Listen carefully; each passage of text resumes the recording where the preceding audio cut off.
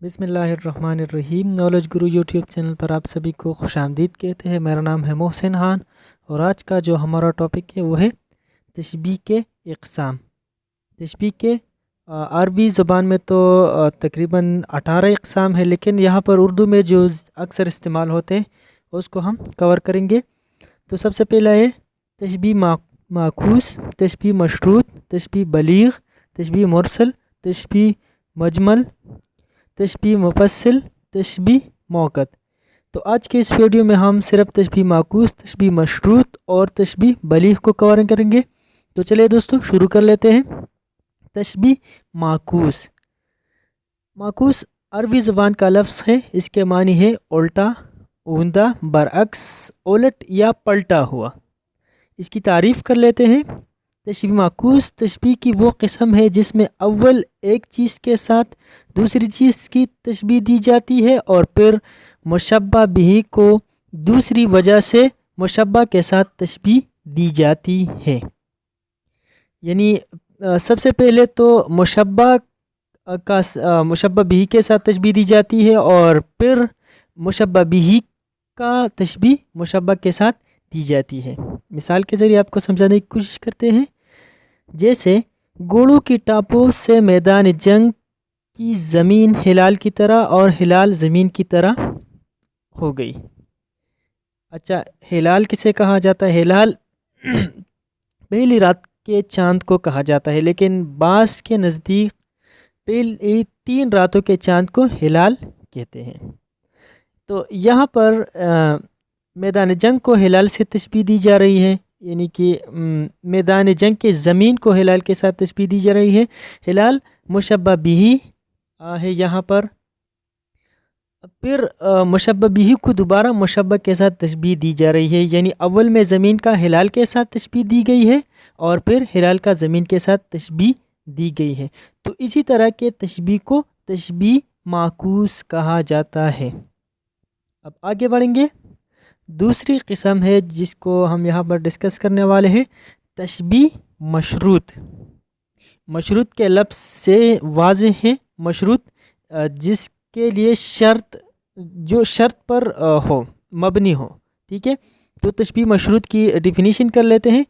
اگر تشبیہ مبتذل میں تصرف بطریق شرط کے ہو تو اس کو تشبیہ مشروط کہتے ہیں۔ تصرف بطریق شرط اب کیا ہوتا ہے؟ ایسا تصرف جو کسی شرط پر مبنی ہو۔ تصرف قبضے کو کہا جاتا ہے، اقدام یا اختیار کو کہا جاتا ہے، یعنی کہ ایسا اختیار یا اقدام جو کہ کسی شرط پر مبنی ہو۔ تو اسی طرح کے تشبیہ کو تشبیہ مشروط کہا جاتا ہے۔ اب مثال کے ذریعے آپ کو سمجھانے کی کوشش کرتے ہیں۔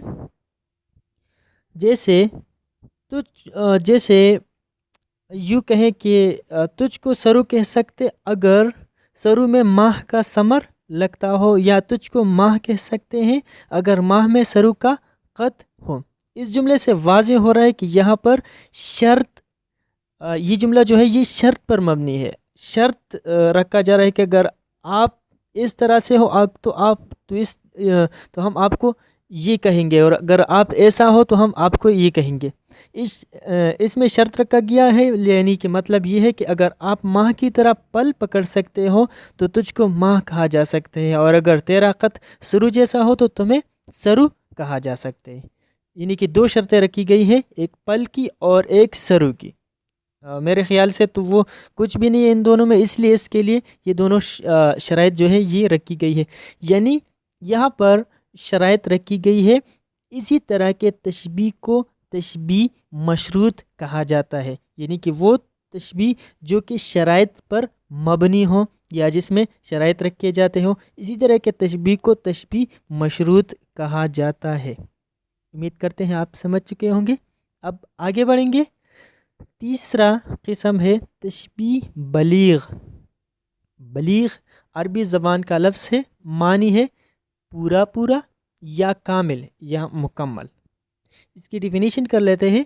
تشبیہ کی اس قسم میں تشبیہ میں زور پیدا کرنے کے لیے حرف تشبیہ اور وجہ تشبیہ دونوں کو حذف کر دیا جاتا ہے۔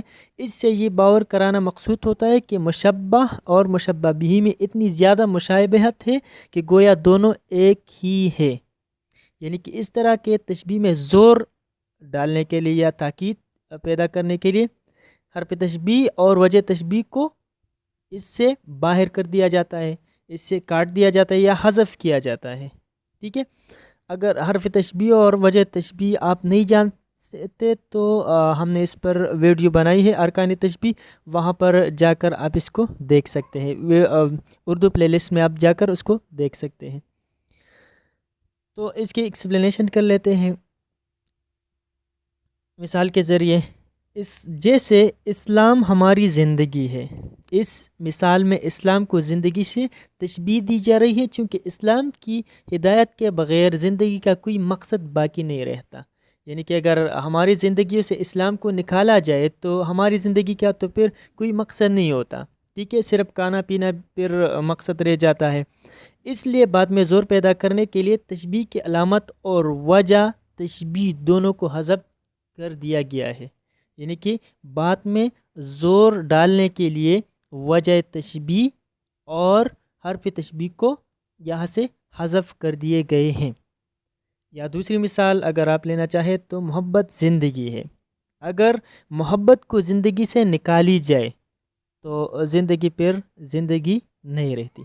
تو اسی طرح کے تشبیہ کو جس میں بات میں زور پیدا کرنے کے لیے حرف تشبیہ اور تشبیہ دونوں کو حذف کر دیا جاتا ہے، اسی طرح کے تشبیہ کو تشبیہ بلیغ کہا جاتا ہے. تو آج کے لیے اتنا ہی، ملتے ہیں نیکسٹ ویڈیو میں، تب تک کے لیے اللہ حافظ.